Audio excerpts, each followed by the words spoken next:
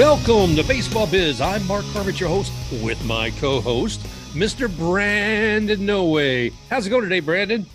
It's going pretty well, Mark. How are you doing?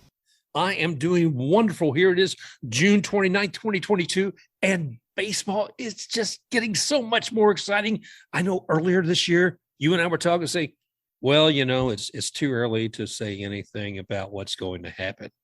Is that still the case, man? No, I think that passed by about a month or so ago. So now we kind of know who is and what they are. So I think these standings starting to seem a little bit more like they're coming together. Yeah, I mean, we can actually get some definition. And I mean, when it comes to being able to analyze this stuff, that's why I come to you, because you're the expert and you can dig in deep to see, you know, what we see as trends. You know, are we seeing some teams evolve? Are we seeing some teams de-evolve? But the MLB rundown is one of my favorite parts of the show. So I'm glad we're able to get this one out. We got a doubleheader this week, by the way. I mean, we got this show, and we just put one in the can with John Vampatella going on about the Red Sox, which was a lot of fun. So check that one out as well. And I'll put that on a link onto the show, and you'll see in the notes. So we'll have that there. But going into it, Brandon, give us your insight. Share with us the knowledge that you have acquired looking over these MLB standings. Yeah, so since you and John Vampatella were talking about the AL East, why don't we start there? Sounds good. The Yankees, they still lead that division, but 54-20. Kind of stumbled a little bit, only going 6-4 over their last 10, but thankfully for them, they still have a double-digit lead over second place, which is the Red Sox, who are 42-32, 12 games back. They really come on late, going 8-2 over their last 10. The Blue Jays, hot on their heels at 41-32, 12.5 back. The Rays, 40-32, 13 back. And the Orioles, 35-40, 19.5 back. Wow.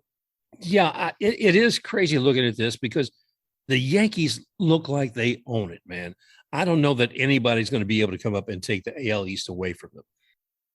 We, like I said, in conversation the other day with John Vampatella, we were talking about, when you look at the Yankees, the strength of what they have with that 5-man rotation. There are 5 men that they have on there. We're talking about Garrett Cole, Nestor Cortez, Taillon, Jordan Montgomery, Luis Severino. These guys are there virtually, starting off every game. I think I was looking after everything that they've done this far was about like 75 games. At least I think it's more than that. I think it's about 72 games. These guys have been, there. So when you got a strong 5-man rotation and you're not replacing them because of injuries and such, that's got to help.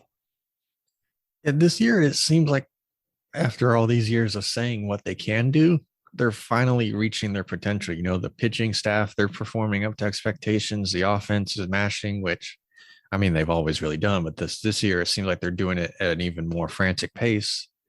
And with all that coming together, this is what you get, and a team that could win close to 120 games at this pace.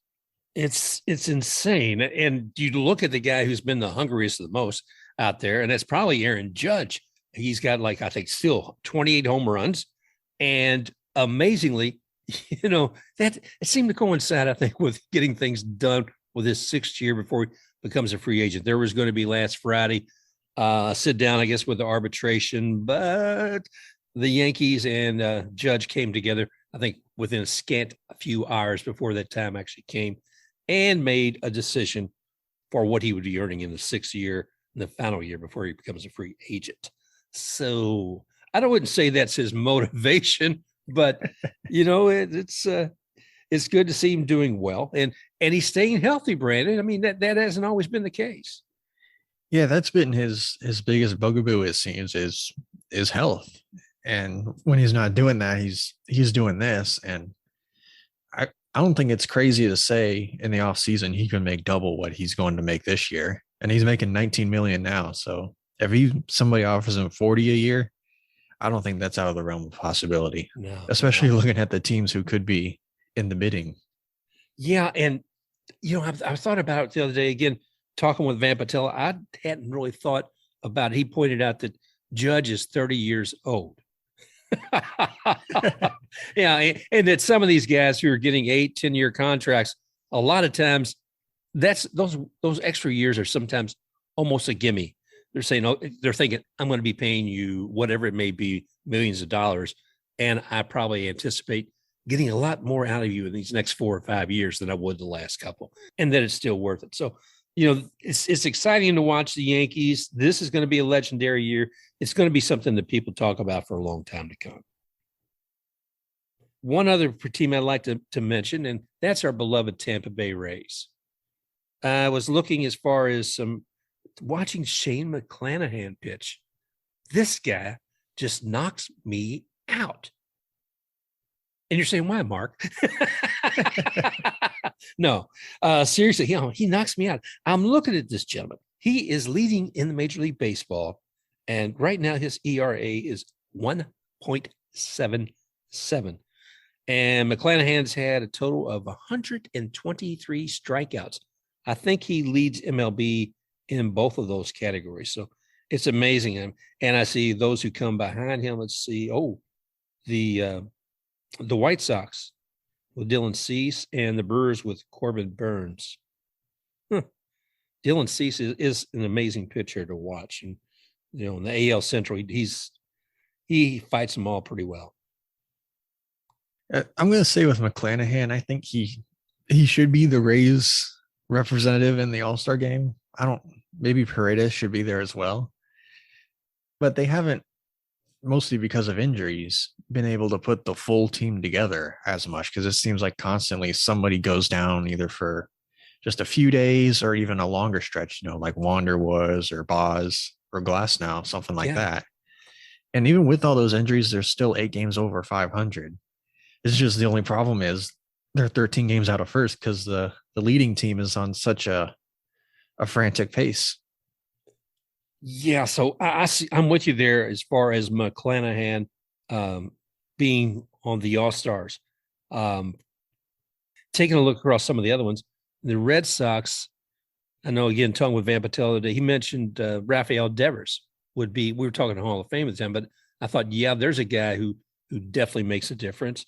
And let's see, who would I pick? Orioles. It's easy to say Cedric Mullins, but there's a lot of other great players there as well. Just the teams have a hard time getting where they need to be. Blue Jays is tough. Alejandro Kirk, that catcher, has just been fantastic. And I'm sure he came in a close second with Paredes this past week for the AL Player of the Week. So he would probably, the pitcher, Alek Manoah. Yes. That young man is just amazing to watch. Let's see. Who else we got? Who am I forgetting? So we got Red Sox. Well, I guess we put Yankees in there somewhere. You can pick a few guys off of that team. Yeah, I mean, where do you start? I guess Judge is simple, but there's Garrett Cole. Where do you go? But that would be a couple of them to look at. Let's see. That's my picks. And just remember, as far as the All-Star game coming up, I think you can still vote in the first phase through Thursday. And then I think it's a few days after that. And then they have phase 2, and that's when they narrow it down. So we'll see how that comes. Anyway, enough of me. The All-Star voting, does it seem like this year they're not like publicizing it as much as past? Thank you. I thought I haven't seen as much out there. I haven't even heard on the broadcast them talking about it that much. On MLB TV, when they go to a break, in the last few days, they posted something there. But outside of that, no, I'm not hearing. I don't know why that is. Can't imagine why they downplay it. I don't know. I just thought maybe I wasn't paying enough attention, but no. I'm just glad it's not just me. No.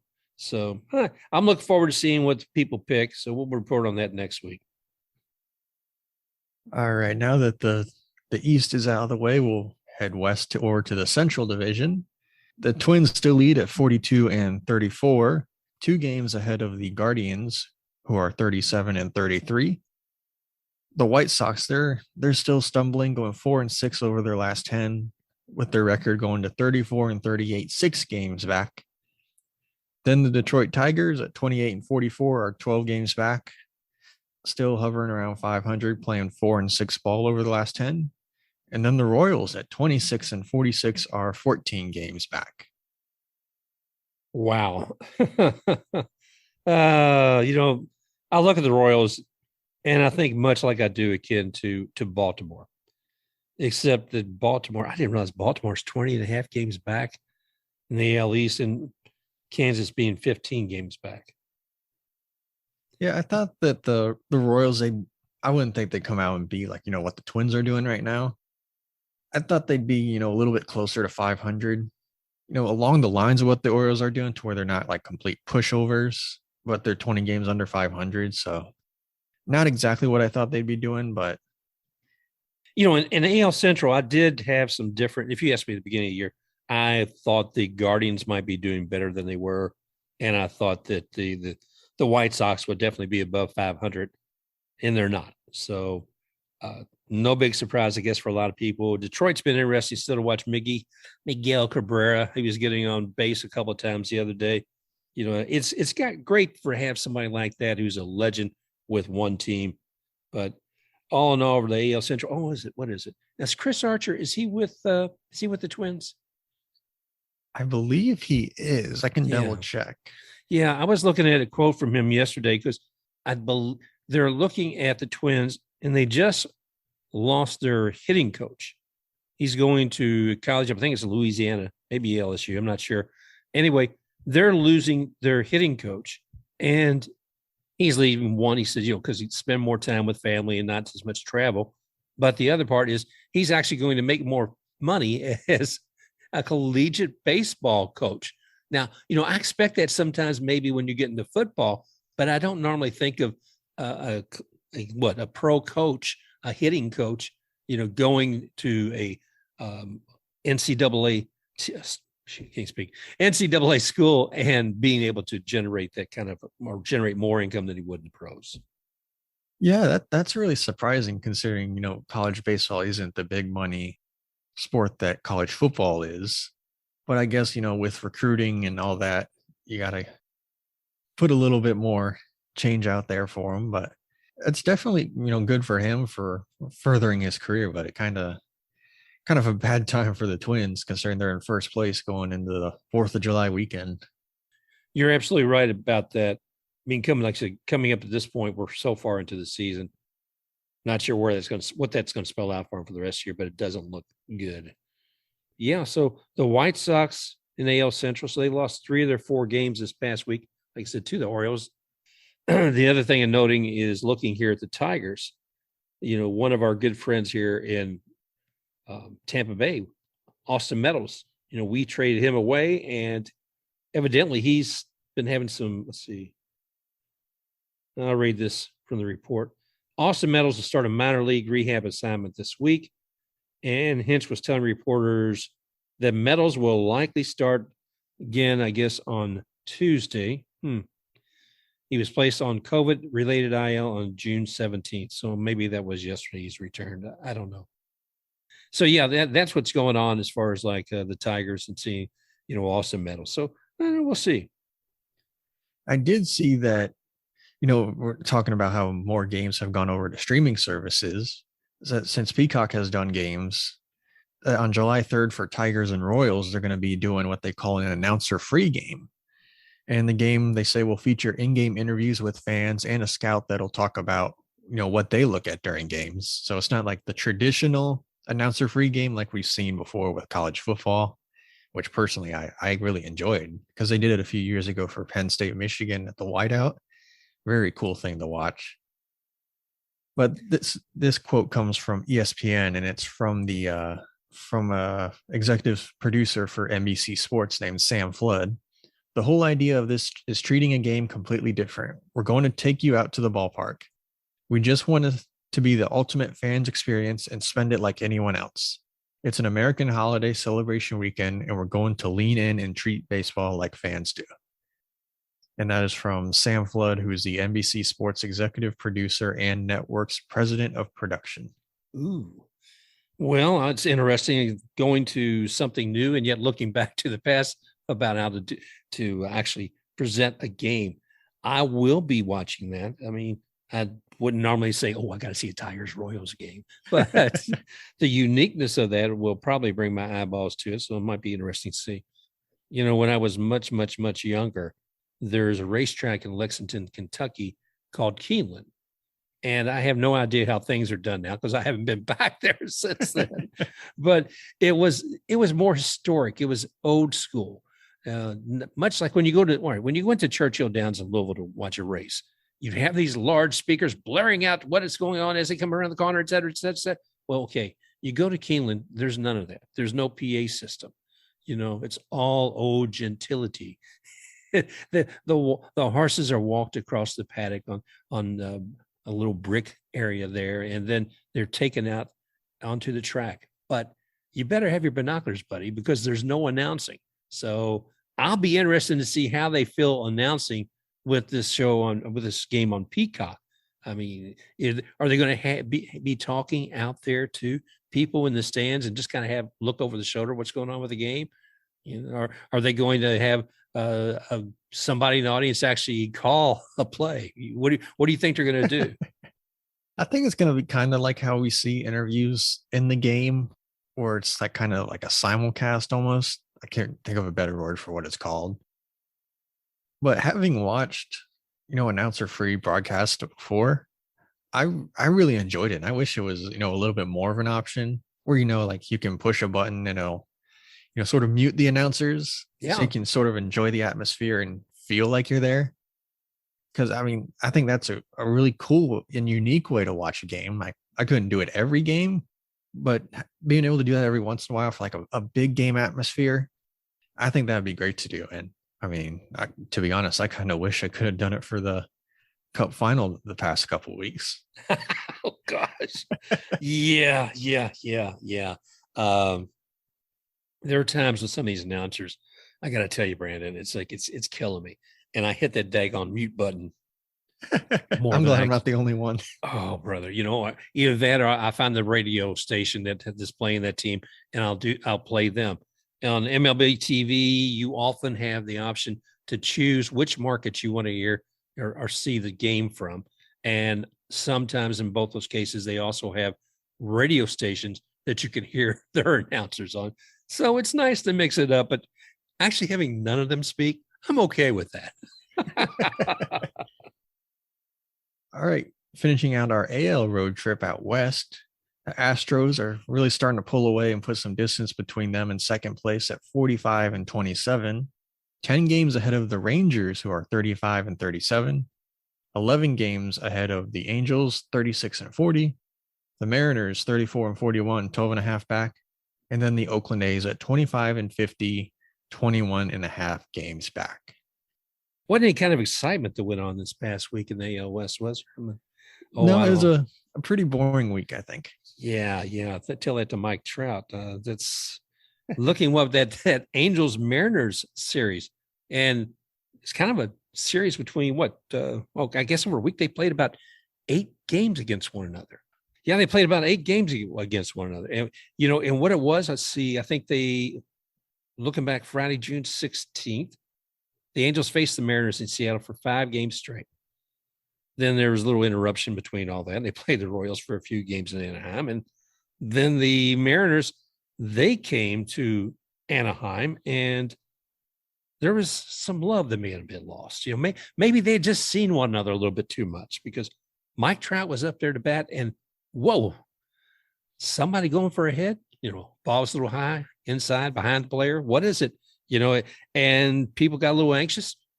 And Mike Trout, he had Mike Trout, who's a very pleasant person. He had a few things to say about that. And don't go for the head for one, but it's put people on edge. So for the next day, when they came out, it was going to be some tension on the mound and at the plate. And what was it? Mariners Rodriguez, he almost gets hit. Okay. The Angels saying, this is us returning a favor, saying, cut it out, guys. It's high and in behind. And then by the top of the second inning, I think it was the Mariners, their batter up there, Winker, he got hit by a pitch. And as he's walking over to first base, evidently there's the Angels. There's some little few remarks going back and forth between him and them. And then what happened? We would have what you would call in the hockey world a donnybrook, or we don't really get those in baseball very much. We usually just get, pushing and shoving. Most guys just holding on to each other, looking like they're doing something. But I mean, there were actually punches thrown, which you don't see very often, and it wound up getting 12 guys suspended. Yeah, that's outstanding. I mean, as far as to be that much violence, really is what it is out there on the field. Like I said, sometimes you see them, people just pushing people and pulling people back, but there were fists being thrown, people falling to the ground. And I think one guy even got injured, didn't he? Yeah, Archie Bradley. Looks like he's going to be shut down for at least 4 weeks, and he's been placed on the 15-day IL because apparently he was trying to jump over the railing when it all started, and he fell and fractured his throwing elbow. Oh, gets. Yeah. Well, Archie, I'm sorry you wound up with that, but maybe you should just stay in the dugout too. Am I judgy? Okay, yes, maybe a little bit. So, but judging that 12 people got suspended, that says a lot about what MLB thought about that particular event. And hopefully that sends a strong message so we don't see that sort of thing in the future. And don't throw at the heads intentionally. I know sometimes there's a loss of control, but there's other times we know that wasn't the case. But I think, the one part was that at least one of the players thought they should decorate the field after this. And throwing bags and bags of sunflower seeds all over the place onto the field. A giant cooler is just pitched from the dugout. And, well, I'm sure that helped as far as overtime for the stadium staff to clean things up. Yeah, I mean, you had that. You had a Mariners player giving the bird to some fans as he walked off. I mean, this thing had everything. The only thing it was missing to me personally was, two teams with good records, because that kind of makes the tensions even better. Like when the Red Sox and the Yankees would fight each other all the time, like 15, 20 years ago, when they were both fighting for the top of the division and in the playoffs. That's like the great time to see tensions, because it just adds to it and it makes so much good storylines. It makes it easier for us. So that's the only thing really that was missing. Oh, I'm sorry, man. I'm still laughing at that. The only thing missing was two teams of any record of anything substantial out there. I mean, it's true. Yeah, it's very true and very sad all at the same time, my friend. And as long as we're talking about teams that are challenging, I've been keeping a little bit of an eye on the Oakland A's. Don't know why. Oh. Yeah. But it was interesting last night. They were watching the Yankees. So at least, one great team there and the other. But what was interesting is they denied Aaron Judge last night. Okay. He did not get his home run. He wasn't able to elevate that. And with 4 at-bats, he didn't have a single hit. Wow. And the A's, like, I don't expect to see much from there, but they actually kind of surprised me, because I know, what was it on Monday? Let's see. They created 5 runs against the Yankees in the 3rd inning. Okay. 5 runs against the Yankees in the 3rd inning. So that to me is outstanding. How could that happen? And then, but the Yankees, by the 7th inning, they came back and put up 6 runs on top of 3 runs they'd earned earlier.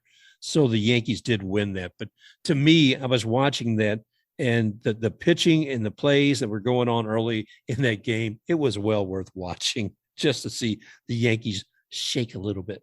I got one more thing about the A's. I really feel bad for their fans, because, I mean, the Warriors left Oakland, the Raiders left Oakland, and now they're getting kicked again, because it looks like MLB is willing to waive the relocation fee if they move to Vegas. What? It was reported on Monday by the New York Post, Josh Kozman. I believe that's how you say it. If not, I apologize to him. He reported on Monday that MLB will waive a relocation fee if the A's end up moving to Vegas. And then the Las Vegas Review-Journal's Mick Akers confirmed the news, citing a source with knowledge to the situation. And the relocation fee, you and I looked it up. before the show is about $1 billion, which is much more than it was for the Raiders to move to Vegas, which was about 376 million. So I don't know how relocation fee is that big of a gap between the NFL and the MLB. But today, or not today, actually Thursday, depending on when you're listening to this, we're recording it about noon Wednesday. The A's have the Howard Terminal site in Oakland and 2 in Vegas. And an important vote is happening Thursday where the San Francisco Bay Conservation and Development Commission will decide if the area keeps sport priority use or not, which could open up the opportunity to build the stadium. Ooh. So we could get something there this week, actually, about the A's stadium situation. I'm curious. I mean, obviously you want to move if you're going to waive that kind of relocation fee. But, if you have it in your budget saying, if you're going to move a team, they need to pay us $1 billion because it's going to take a lot on our part. What did they do? Why is there $1 billion? I guess because you want it to almost be punitive for somebody just to move and sell a team. And that's the only thing I can think of. And this time MLB wants you to move that team. So that's all right. That's all right. We don't need $1 billion. Go ahead. We're okay. You're going to do it with our buddies in Vegas. And so, hey, yeah, go ahead. We're all right with that. I mean, what a slap in the face that is to A's fans. Because, I mean, why should they stick around and support not just your Oakland product, but your league product as a whole? If you're saying, hey, you don't have to do anything. We want you to move. Which, I mean, Oakland, Vegas, which one do you think is going to get more money? But that's not a way to go about it, in my opinion. No, I agree with you. It is an unfortunate way, but I wonder how soon before we hear Rob Manfred, the commissioner of MLB, before we hear him saying, hey, Tampa, Jacksonville looks good. Maybe somebody else, but maybe not Tampa. I don't know. We'll see. Yeah, the Rays, you got to find something out soon because the Tampa side is getting frustrated with the Rays because they're dragging their feet, which, I mean, that's nothing new. They like to take their time with everything, to be honest. Yeah. But, I've seen people say, oh, well, both sides, Tampa or St. Pete, one of them's got to make an offer, but they're both waiting for the Rays to release what they're wanting in a stadium. And the Ybor site that the Rays had right there for them, they had a beautiful stadium, wasn't all that expensive at the time. That's gone now. Yeah. I think that land is going to be used if they don't hurry it up. Yeah, people in land and dollars won't wait forever. So I'll be curious to see about that. And another thing, really haven't said anything about the West with the Astros. Jeez and me. I mean, they're just rolling over everything. And we'll talk about how some of the other teams are going to be facing some ugliness with them. But Yankees, I know, let's see. They're heading to Houston today to face off the Astros in a single game. Last week, the Yankees split a 4-game series in New York with the Astros. You're playing right there in Yankee Stadium, and you're losing half of your games to the Astros. I'm sure the Astros are just hungry to see, come on in, guys. We're glad to have you here in Houston. Let's go ahead and have a nice little luncheon game today. And we're really looking forward to serving you. So we'll see what Dusty Baker and the boys bring to them. Yeah, I'm sure they'll be welcoming.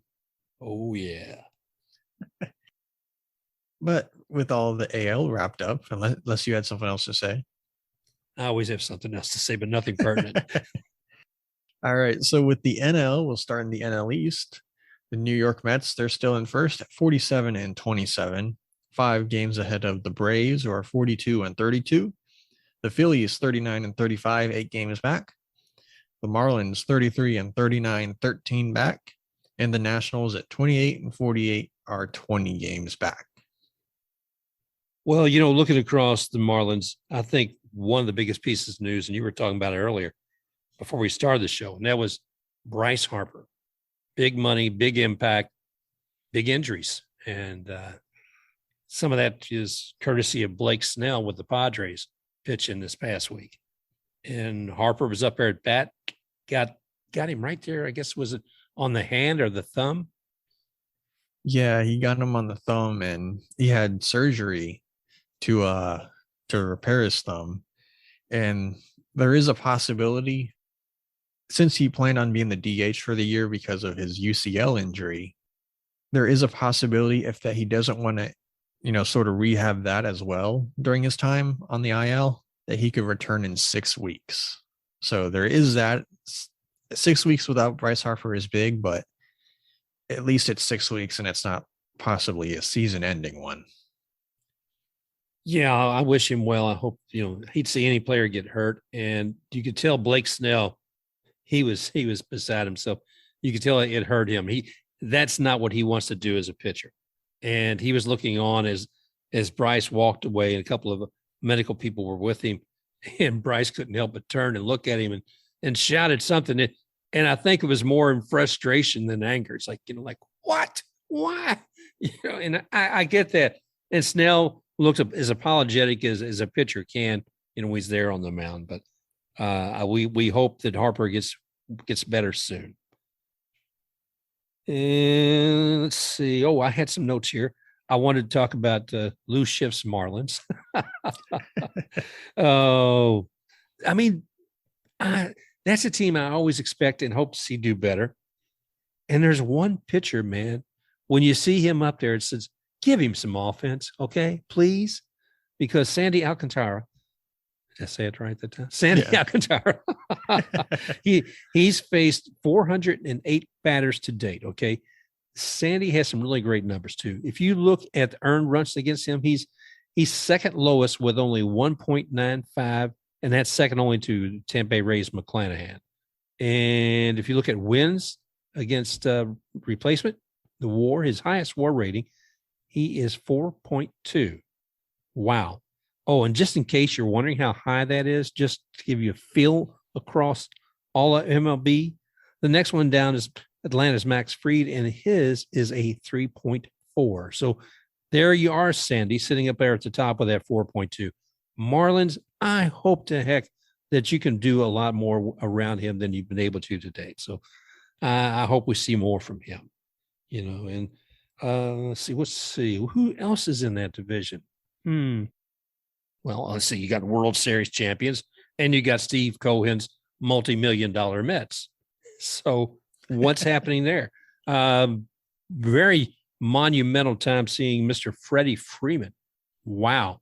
His return to Atlanta this past week, Brandon, that was something. Yeah. And to me, there seemed like there was so much more stories that came out of this return. Usually it's like the next day they're talking about it, how, it's an emotional reunion. Everybody's happy to see each other and all that. There seemed like there was more that came along with this. And in case you weren't really paying attention this week, he did return to Atlanta over the weekend, and he received standing ovations along with his championship ring pregame. And a few hours before, he went in to do his pregame press conference, and it was in the old Braves media room, and he actually got emotional, and he had to leave before he could do it. So wow. I guess that shows how much that he really missed it and cared about Atlanta. And, that sort of brought up the question, does he regret the move? Because, Kershaw came out and said, hey, we're not that bad of a team over here. I hope we're not second fiddle. Ooh. He said that as well. And there are reports I saw yesterday, people said that he fired his agency. Then I also saw that some people were saying, he didn't fire him. He's considering something. And Freddie did come out and say, it's a fluid situation. So a bit of conflicting reports at the moment from what I have seen.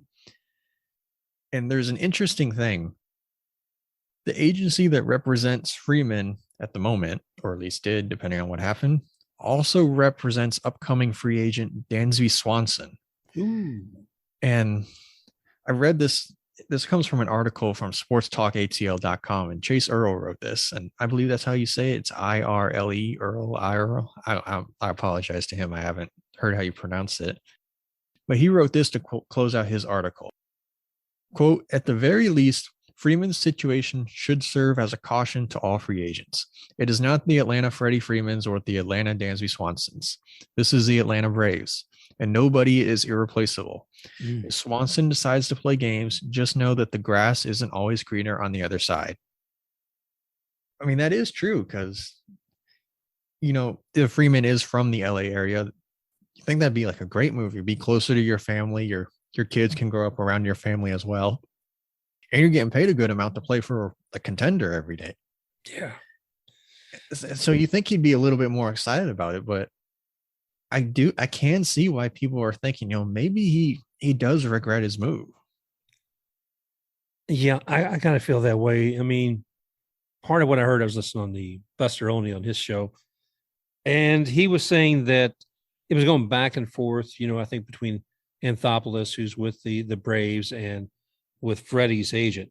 And it got down to an offer that was being made that the agent was talking to the Braves, and he said, yeah, here's what we want, and let us know within the hour. And that the Braves took that as a signal as take it or leave it. And it was getting to be a little bit of crunch time. They needed somebody at first base, and they just knew they couldn't go to that other number. So instead of giving a reply to the agent, they just went ahead and picked up Matt Olson for first base. And it's unfortunate. I know Chipper Jones was looking forward to having a buddy who's lifetime Brave, but I'm sure that there's some friction there that maybe Freddie didn't know was being played out. So anyway, I could certainly understand why it was emotional for him. I mean, just saw the standing ovations, and they said they stood up for him, and he had a at bat at all 3 games, but he didn't necessarily kick it during there when he was Atlanta as a Dodger. He had 12 at bats. He came up with 4 hits, 1 RBI, 2 runs, and 3 walks, which is it's respectable, but it's not Freddie Freeman. And I'm sure that's why. Who is it? You said is it Kershaw who had a few words to say about hoping that Freddie would feel like he was part of the Dodgers here soon. So yes, must not feel like he's there just yet. Such a fascinating situation. Because remember, originally it was like, the Braves lowballed him, but then when you really thought about it, I don't remember if there is an income tax in Georgia, or if it's just significantly smaller than Atlanta, to where it wound up he'd end up making more if he stayed with the Braves. Yeah, it's such a. I can't wait to just see this evolve, and we can actually eventually get the full story about it, because it's such a. Have you seen something like this before? No. I think it was a foolish move. Per Buster Olney, the way that worked out was that Freddie would, I think, got a contract for more years, and it was actually going to be less money. That they were requiring more years to the Braves for Freddie. And that, like you said, the income tax and everything else was going to even make the total amount of money less than what Freddie would have had, in Atlanta, Georgia. So, we live here in Florida. There's no state tax. I don't know what the deal is in California, but I know there's a lot of taxes out there. So anyway, I wish him well. I think even all the fans do. And it was an unfortunate that it happened that way, but I'm just curious to see. I'm just curious going back to the Yankees again with Aaron Judge, what those negotiations are going to be like. We'll see. Will they have it done before spring training is done next year? I don't know. That could be big, because I mean, looking at the teams that could be interested, I've seen Red Sox and Mets. I mean, just rooting for storylines. Going to one of those teams. Yeah. Yeah. Not only would Yankee fans scream at the top of their lungs, man, they would be in pain for years to come. Be more so if it was a Red Sox. I think there's a regular pain and agony with any loss to the Red Sox and vice versa, more so than there is to the Mets. But I mean, again, I wish the best for Freddie. And it'll be curious to see what happens also, like I said, with Judge, if he has a similar route to go here soon. But if you're talking still about the AL West, let's see, we're not even there yet. Oh, you mean the NL West? NL West. Let's see. Pardon me. Let's come back. And we're talking about the NL East still. And looking at the Mets, you're talking about people who spend dollars. We're talking about Stephen Cohen. Now they kind of ran, like you said, into a roller coaster with the Astros. Had a 9-1 loss, man. And in that particular game, see, the Mets did not see a run until the bottom of the ninth. I was watching that game, and it was interesting because pretty much all the Mets fans had pretty much started falling out at the ninth inning came along, and it looked like something was going to happen. So suddenly you see people returning to their seats. And when that one run came in, hey, the game's lost, and they know that. But man, the cheer that came out from those Mets fans will just resounded through the stadium and probably carried all the way through New York. I don't know. But you'd think they had won a playoff game for that one run that they got in the ninth inning. So anyway, fun. All right. So now that we are done with the East, we will move to the NL Central. Milwaukee Brewers, they're in first place at 42-33, half game ahead of the Cardinals, who are 42-34. The Pirates, 12 games back, quite a ways back, at 29-44. The Cubs at 28-45 are 13 games back, and the Cincinnati Reds at 25-47, 15 and a half games back. Now let's see. There weren't any fights or brouhahas going on in NL Central, I don't believe. Nope. Do you see relatively calm week in the Central. Willie Adames did make his return to the Rays last night. Yeah, because that kind of reflects the whole thing with Freddie Freeman, coming back to Atlanta. I know Freddie Freeman is a very amiable, friendly guy, but I don't think there's anybody in baseball more friendly than Willie Adames. That man is flashing a smile 24/7, I got to believe. And they said at batting practice yesterday that there were more hugs than they ever seen. He just brings that energy. His leaving was the best thing that could have ever happened to him. And you and I talked long before we expected it to happen because, who is this guy? Wander Franco coming up in the Rays? Yeah, well, Willie has to be somewhere. And it was interesting to see because Willie Adames always performed better at bat away from the Trop. And he has just ascended, with what he's been able to do with that team.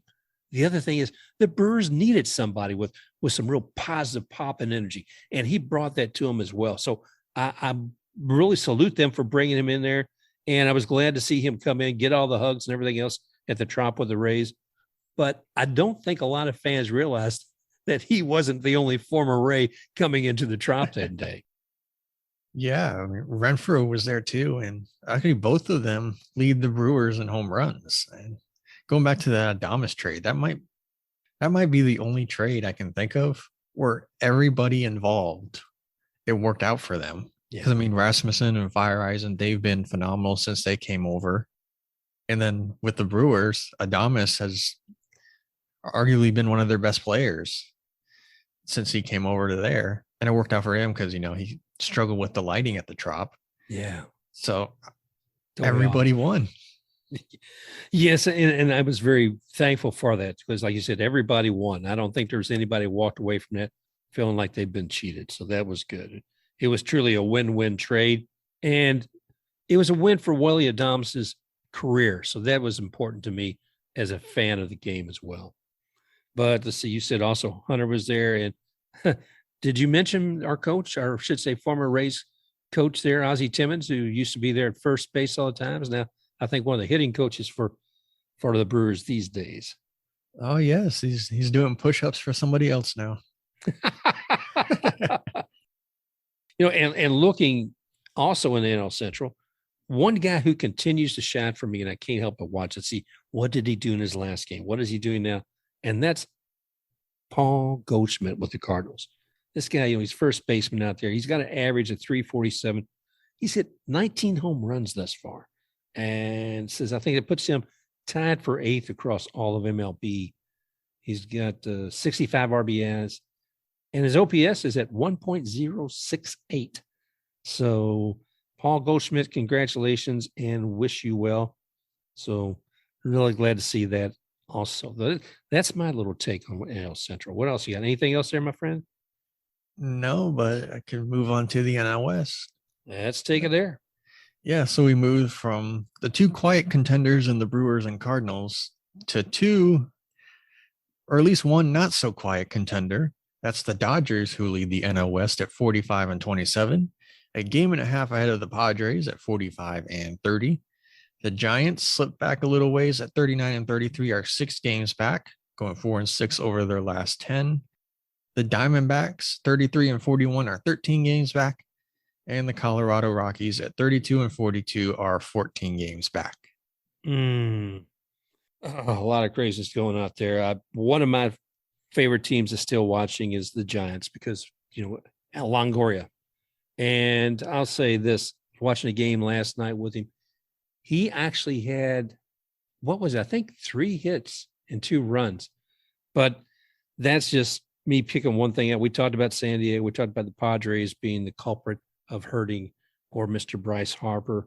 And one thing as far as culprits are concerning is poor Dave Roberts, Oh, Don't you want to take things back that you say sometimes? And I got a feeling he might have wanted to, but he some of us as AL East people might take a little bit of offense. And first off, let me say this. Dave Roberts said this like almost a week and a half ago, okay? But MLB Network decided, hey, we should probably dig that up because it'll probably stir something up on Twitter if we do it. And it wasn't terrible. He just simply said, I just don't see a division that's better than us. You can talk about the AL East, but top to bottom, every night we're playing within the division. It's a battle to win a baseball game. What? That's wonderful. You feel that way, that you're a fantastic division. But if you want to compare yourself to the AL East, no. Who has 4 contenders to be in the playoffs this year? Yes, we're talking about the American League East. And somebody was saying even the 3rd place Giants will be last in the AL East. So, yeah. I don't so think they'd be in last, but I don't think they'd be in first. No. So, Dave Roberts, manager of the Dodgers, dude. You're forgiven. Just like a lot of folks, you probably should weigh some of those words that come out of your mouth. And we've known for a long time, especially when it comes to front office, that's never really something that's deployed very much. So anyway, if that's as rough as it gets, hey, I'm doing just fine. How about you? Hey, that's better than getting ripped for pulling guys during perfect games or no hitters. Okay. All right. Anything else, brother? No, I think that's it. Okay. Yeah. Just remember, everybody, the All-Star ballot is going on still. And they got about another day for phase 1. So pay attention to that. You can find that MLB.com/all-star/ballot. Or you can just search it on Google and you'll find it easier. That's what I do. That's it. Anyway. Oh, Brandon, man, it's been another fun week taking a little bit of a deep dive across MLB and the rundown of their teams and what's happening, what's not. So I'm looking forward to the All-Star game when it comes to B, and looking forward to a little bit more activity in AL East. It's not Aaron Judge. So we'll see how things come. Yeah, it's going to be fun to watch. Hey, Brandon, man, this has been yet another fantastic episode. You always do a great job with the MLB Rundown. And I listen for this every week. And I got to tell you, there's been once or twice where either you or I are out, and I miss it when we don't have it. But you continue to do an excellent job with it. But I know we're going to be missing you a little longer. Yeah, and I'm going to miss doing this. I've got new opportunities that I'm going to do, and I'm going to try and pop in here every once in a while if I have the time to just say hello, or whether it's just like a short video essay or audio essay, whatever it is, or a rundown like this, or just to joke around with Mark. I'll do my best to pop in, but I know there is one show that we like to do later on in the year. I'm sure you guys know what it is that I'm going to do everything I can to be a part of. And hopefully Mark lets me back in the studio. He doesn't lock me out, but it's been a ton of fun. And Mark, thank you for keeping me around this long. And somehow we made it, I believe, around 3 years at this point. We've been doing this together. It's been a ton of fun. I've learned a lot from you, and hopefully we can do it at least one more time this year. I hope so, my friend. And Baseball Biz will not be Baseball Biz without you. I got to tell you that much. It's been a great time having you here. I talk about you as being co-host. You're not co-host, you're the host. And it's been fantastic. You've brought so much and insight and knowledge and just enjoying the game. And that's what it takes. So whether you're here or elsewhere, I hope you continue to enjoy the game, and I wish you the best on your advancement with your new ventures, my friend. Thank you. And if not, we can definitely hit each other up on Twitter and maybe go back and forth on there. Yeah, I'll give you some grief there, brother. Don't think you're immune at this point. Okay. Kind of like the people that come after you on Twitter.